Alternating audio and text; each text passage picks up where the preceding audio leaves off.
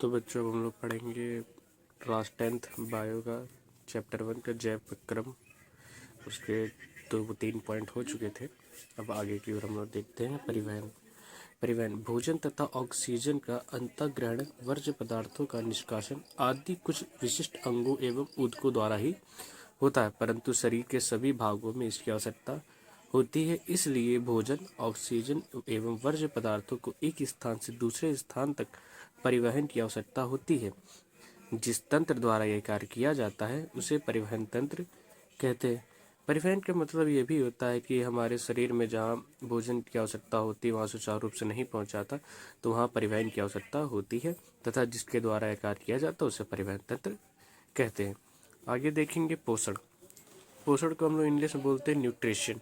Nutrition क्या होते हैं? भोजन को ग्रहण करने के लिए पाचन, अवशोषण, कोशिकाओं तक परिवहन, ऊर्जा उत्पादन में इनका उपयोग, स्वांगीकरण तथा भविष्य के लिए शरीर में इन पदार्थों का संचय होने तक की संपूर्ण क्रियाओं को सम्मिलित रूप से पोषण कहते हैं। मतलब जो भविष्य में शरीर में क्रियाओं में जो पोषण की आवश्यकता होती है उसे पोषण कहते हैं। पोषण 2 प्रकार के होते हैं, स्वपोषी पोषण, विषमपोषी पोषण। स्वपोषी पोषण स्वपोषी पोषण ऑटोग्राफिक न्यूट्रिशन। स्वपोषी पोषण में जीव अपना भोजन सरल आकार में पदार्थों व ऊर्जा का उपयोग करके स्वयं बनाते हैं। ऊर्जा के आधार पर स्वपोषी पोषण 2 प्रकार के होते हैं, प्रकाश संश्लेषी पोषण, रसायन संश्लेषी पोषण। जो पदार्थ अपना भोजन स्वयं बना लेते हैं, ठीक है। प्रकाश संश्लेषी पोषण सभी हरे पौधे, अधिकतर शैवाल तथा कुछ जीवाणु पर्णहरिम या क्लोरोफिल की उपस्थिति में सूर्य के प्रकाश में सरल कार्बनिक पदार्थों CO2 से व जल का उपयोग करके अपना भोजन अर्थात कार्बोहाइड्रेट का निर्माण स्वयं करते हैं। ऐसे जीवों को प्रकाश संश्लेषी या तथा इस प्रक्रिया को प्रकाश संश्लेषण या फोटोसाइंथेसिस कहते हैं।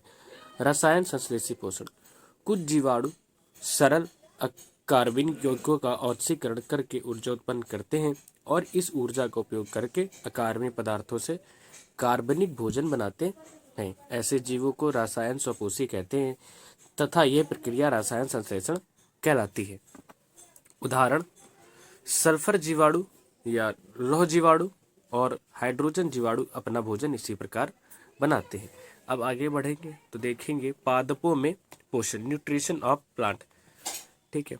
हरे पौधे अपना भोजन पर्णहरिम की सहायता से सूर्य के प्रकाश में कार्बन डाइऑक्साइड व जल द्वारा स्वयं बनाते हैं।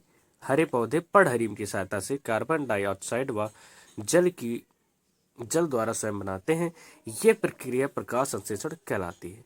अथवा जो पौधे हरे नहीं होते हैं वे अपने भोजन की आवश्यकताओं के लिए दूसरे जीवों व स्रोतों पर निर्भर रहते हैं, जैसे कवक, मृतोपजीवी होते हैं, क्योंकि ये सड़े गले कार्बनिक पदार्थों से अपना भोजन प्राप्त करते हैं, ठीक है। तो आज हम लोग यहीं तक पढ़ेंगे और जब चैप्टर कंप्लीट हो जाएगा तो इसकी PDF का लिंक मैं आप लोग को डिस्क्रिप्शन में दे दूंगा। तब तक के लिए धन्यवाद।